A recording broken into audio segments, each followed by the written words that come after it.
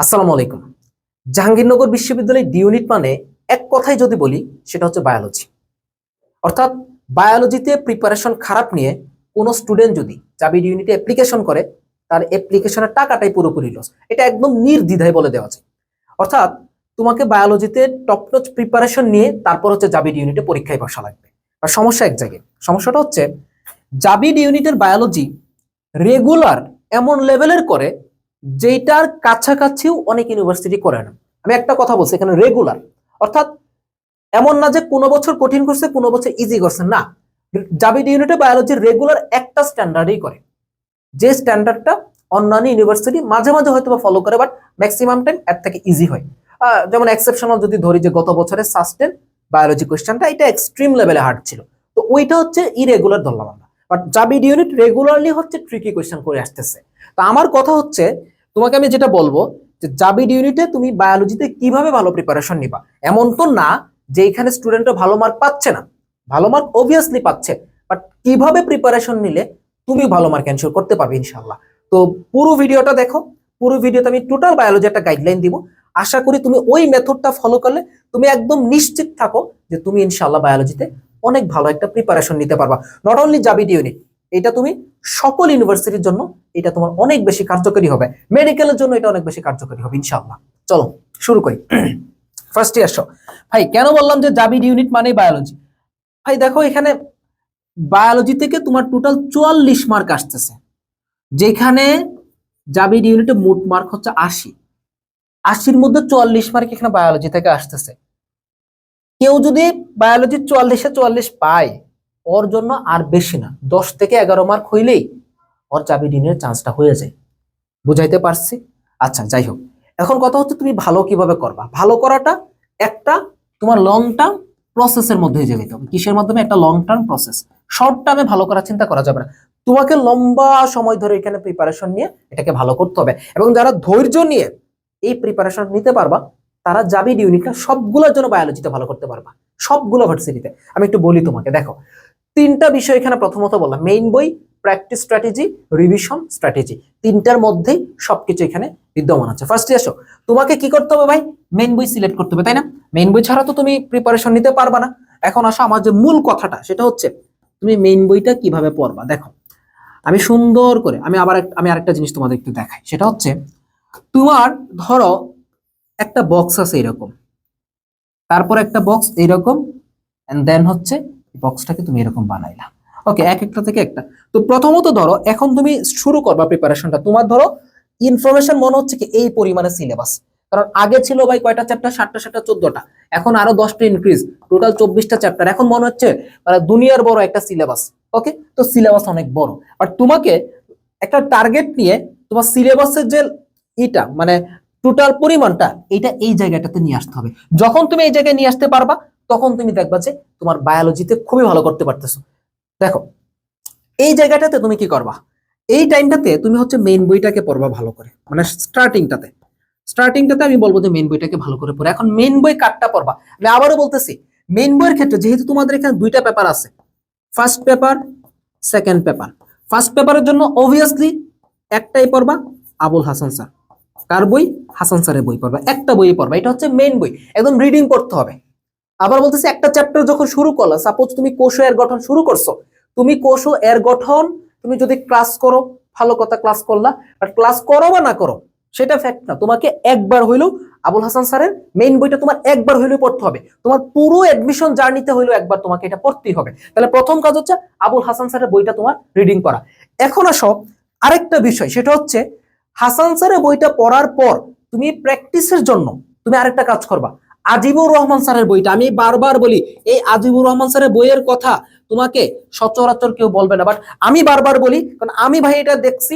আজিবুর রহমান স্যারের বইয়ের এমসিকিউ আমি পড়াইছি এবং দেখলাম যে হুবহু কমন আসে বোটানি থেকে। তো তুমি যেটা করবা, কোষের গঠন চ্যাপ্টার শেষ করলা, শেষ করার পর তুমি হচ্ছে আজিবুর রহমান স্যারের অনুশীলনী প্রশ্নগুলো পড়বা, দ্যাটস এনাফ। এটা হচ্ছে মেইন বই প্রিপারেশনের ক্ষেত্রে। ওকে, সেকেন্ড পেপারের ক্ষেত্রে আসো। সেকেন্ড পেপারের ক্ষেত্রে অবভিয়াসলি কারটা পড়বা? আজমল স্যারের বই পড়বা, আজমল স্যারের বই। প্লাস প্র্যাকটিসের জন্য একটু এক্সট্রা ইনফো বলতে কি লাস্টের দিকে ইনফো থাকে, কিছু এমসিকিউ থাকে, এটার জন্য তোমরা মাজেদা ম্যামের বইয়ে এগুলো পড়বা। এগুলোর জন্য তোমার আলাদা বই কিনতে হবে না ভাই।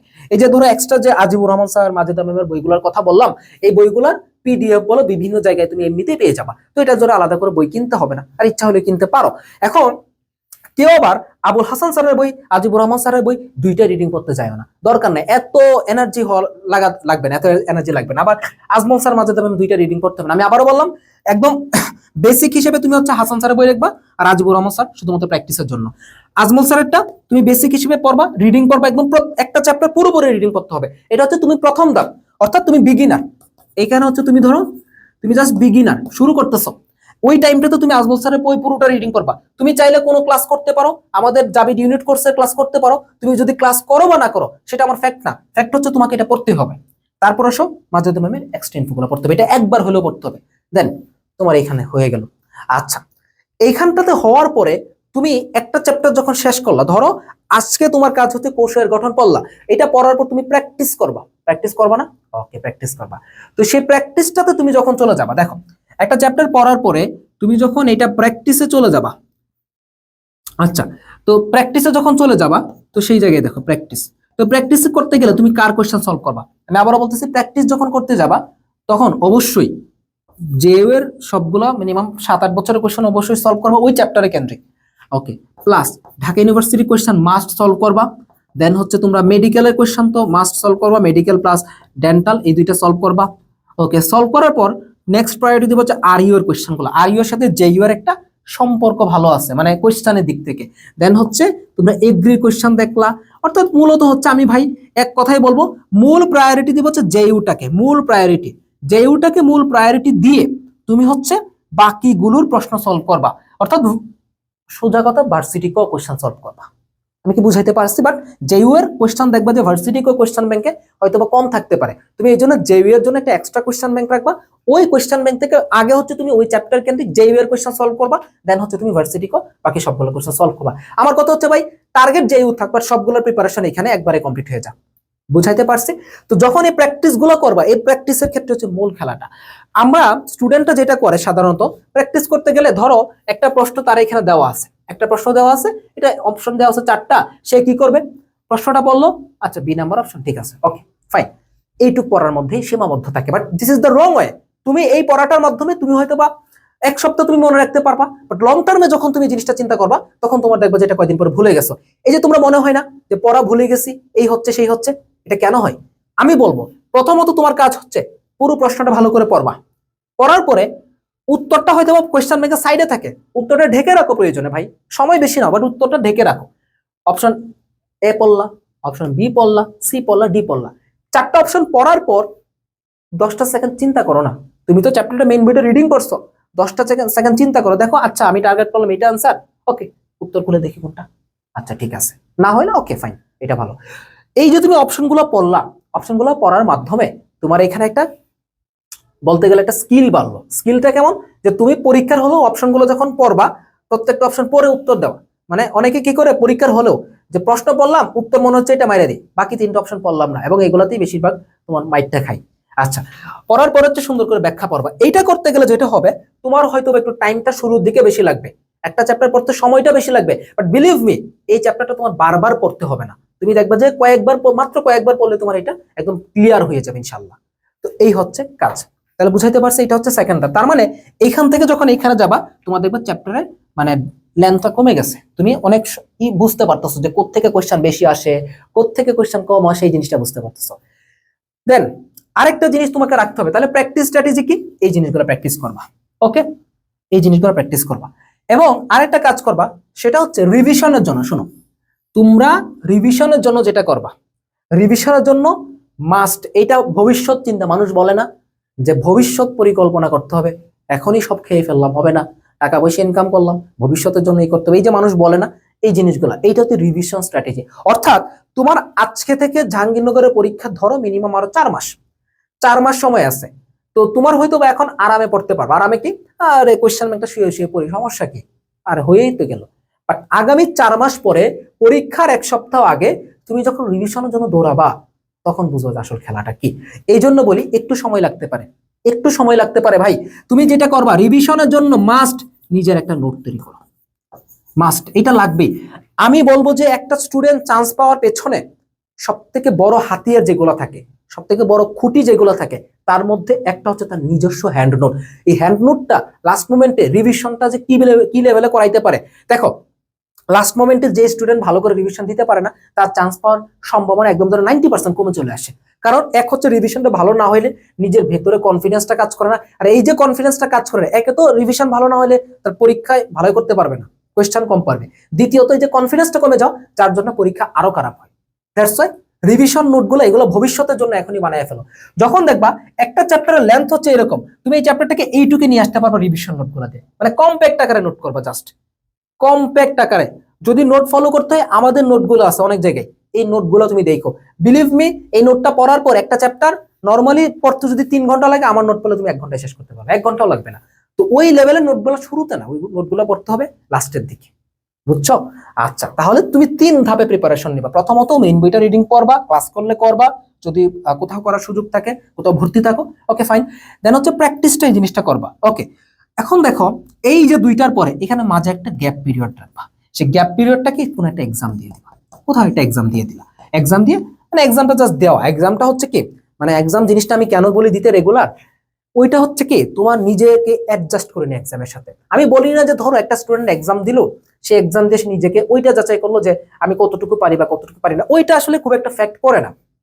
আমার কাছে যে জিনিসটা ফ্যাক্ট করে, এবং আমি মনে করি একটা স্টুডেন্ট ডেইলি এক্সাম দেওয়া মানে হচ্ছে এক্সামের সাথে সে সুইচ করে নেওয়া। ব্যাপারটা হচ্ছে তুমি যদি ধরো প্রত্যেকদিন একটা বিশাল বড় গ্যাংস্টারের সাথে তুমি দেখা করো, আমি আবার বলি, ধরো তোমার সাথে প্রত্যেকদিন একটা বিশাল বড় গডফাদার বা গ্যাংস্টারের সাথে দেখা হচ্ছে প্রত্যেকটা দিন। তো প্রত্যেকদিন যখন নর্মালি তার সাথে, তখন কিন্তু জিনিসটা একদম নর্মালাইজ হয়ে যাবে। ধরো প্রথম দিন তোমার ওই গ্যাংস্টারকে অনেকটা ভয় লাগবে, দ্বিতীয় দিন ভয়টা কমবে, তুমি দেখবা যে 7 দিন পর তাকে আর তুমি খুব একটা ভয় পাচ্ছ না, 1 মাস পর আরো ভয় কমে যাবে, 2 মাস 3 মাস পর দেখবে যে একদম নর্মাল ফ্রেন্ডের মতো হয়ে গেছে। তো বিষয়টা হচ্ছে, আমি এক্সামটা এই জন্য দিতে বলি যে তোমরা ওইটার সাথে অ্যাডজাস্ট করে নাও, যাতে একদম পরীক্ষার হলে গিয়ে তোমার এই এক্সামটাকে ওরকম কোনো প্রায়োরিটি মনে হয় না, মানে ওইরকম ভয়েই আর আসতেছে না, মানে নর্মাল, এটা আমি দিয়ে আসতেছি খুবই নর্মাল। তো ওই জিনিসগুলো যাতে এখন থেকে বুঝতে পারো, এই জন্য হচ্ছে এক্সাম দেওয়ার কথা বলি, ওকে। যাই হোক, তো একটা চ্যাপ্টার তোমরা হচ্ছে কি একদিনে শেষ করবা, কয়দিনে, একদিন সময় নিয়ে শেষ করবা।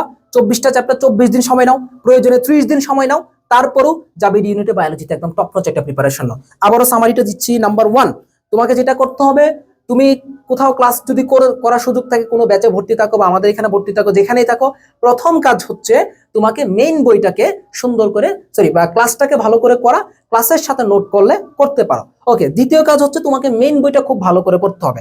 মেইন বইটার ক্ষেত্রে আমি আবারও বলতেছি, ফার্স্ট পেপার হলে আবুল হাসান স্যারের বই পড়বা, আবুল হাসান স্যারের বই শেষ করে তুমি কি করবা, আজিবুর রহমান স্যারের এক্সট্রা এমসিকিউ বা অনুশীলনী এমসিকিউ গুলো সলভ করবা। সেকেন্ড পেপার হলে তোমার হচ্ছে আজমল স্যারের বই পড়বা এবং এক্সট্রা ইনফো হিসেবে মাজেদা ম্যামের বইগুলো বা ইনফোগুলো পড়বা। কমপ্লিট করার পর তুমি চলে যাবা হচ্ছে এখানে এই ধাপে, যখন তোমার দেখবে যে মানে এত বড় চ্যাপ্টার বায়োলজিতে টপিকের অভাব নাই, বাট ওইটাকে তুমি আরো সংকুচিত করে নিয়ে আসবে, এখানে প্র্যাকটিস করবা। প্রথম কাজ হচ্ছে জাবিড ইউনিটে কোয়েশ্চেন ব্যাংকটা একদম সুন্দর করে যা আছে সবকিছু দেখে ফেলবা ওই চ্যাপ্টারের জন্য। এরপর হচ্ছে তুমি ঢাবি বা অন্যান্য ইউনিভার্সিটি যেটা এখানে বললাম সেগুলোর জন্য, অর্থাৎ ভার্সিটি কোয়েশ্চেন ব্যাংকটা দেখা। কমপ্লিট করার পর তোমার কাজ হচ্ছে ভাই, এখানে একটা মাঝে একটা গ্যাপ পিরিয়ড আছে, গ্যাপ পিরিয়ডে তুমি একটা এক্সাম দিয়ে দিবে, ওকে। এক্সাম দিয়ে কমপ্লিট শেষ। নোটটা তুমি ভবিষ্যতের জন্য রেখে দিছো, বা তোমার ক্লাসের স্লাইডটা ভবিষ্যতের জন্য রেখে দিছো। 1 মাস পর রিভিশন দিবা, দেখবা যে কয়েক পেজের নোট, আধা ঘন্টা দেখলে তোমার চ্যাপ্টার শেষ। বা পরীক্ষার আগে রিভিশন দিবা, কিছুক্ষণ দেখলেই শেষ। তো এই মেথডটা ফলো করো, এবং আমি চ্যালেঞ্জ করে বলতে পারি কোন স্টুডেন্ট এই মেথডটা ফলো করলে ইনশাল্লাহ জাবির ইউনিটে বায়োলজিতে খারাপ করার কোনো চান্সই নেই। কারণ টিচাররা যেখান থেকে প্রশ্ন করবে সেখানের সবকিছু তোমাকে আমি বলে দিচ্ছি, যে তুমি হয়তো ভয় পাও যে অনেক বড় সিলেবাস অনেক কিছু, বাট না, ধৈর্য নিয়ে টাইম ম্যানেজ করে তুমি যদি টার্গেট করে পড়তে পারো, এটা ভয়ের কিছু নেই, ইনশাল্লাহ ভালো করতে পারবা, ইনশাল্লাহ। ঠিক আছে, ওকে। যারা প্রিপারেশন নিচ্ছ, আমাদের জাবিড ইউনিট ব্যাচের ভর্তি চলতেছে, 25 আগস্ট থেকে ক্লাস শুরু ইনশাল্লাহ। বায়োলজি কেমিস্ট্রি পুরোটা আমি দেখবো, অন্য সাবজেক্টও ক্লাস হবে, অর্থাৎ পুরো জার্নিটা তোমার গুছায় দেওয়াটা, এটা আমি আমার দায়িত্ব থেকে নিচ্ছি। এটা আমার 3য় ব্যাচ, যথেষ্ট এক্সপিরিয়েন্স আছে এবং আলহামদুলিল্লাহ তোমাদেরকে সার্ভ করার মতো যথেষ্ট ক্যাপাবিলিটি নিয়ে আবার শুরু করতেছি। ঠিক আছে, ওকে, দেখা হবে ক্লাসে ইনশাল্লাহ। আসসালামু আলাইকুম।